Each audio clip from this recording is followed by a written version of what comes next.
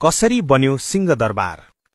आजभन्दा 117 वर्ष अघि अर्थात् सन् 1908 विक्रम सम्वत 1965 मा तत्कालीन राणा प्रधानमन्त्री चन्द्र शमशेरले सिंहदरबारको निर्माण सुरु गरेका थिए। करिब 1 वर्षभित्रमा नै निर्माण सम्पन्न भएको बताइने यो दरबार सुरुमा चन्द्र शमशेरले आफ्नो निजी घरका रूपमा बनाएका थिए। 29 वर्षे शासनकालमा उनी 28 वर्षसम्म यहीँ बसेका थिए।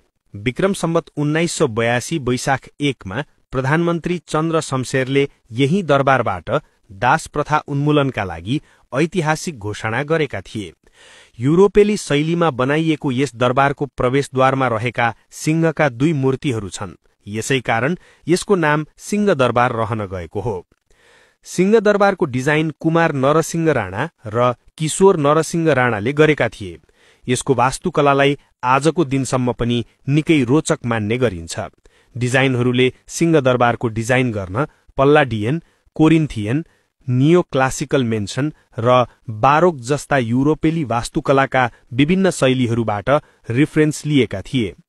दरबारको निर्माण पूरा भएपछि चन्द्र शमशेरले यो भवन प्रधानमन्त्रीको सरकारी आवासको रूपमा 2 करोड नेपाली रुपैयाँमा नेपाल सरकारलाई बेचेका थिए।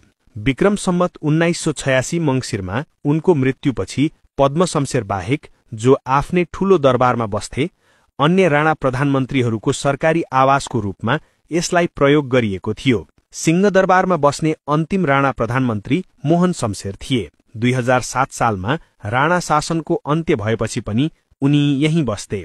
2009 सालमा उनलाई दरबार छोड्न आदेश दिइएपछि यसलाई राष्ट्रिय सम्पत्ति बनाइएको थियो।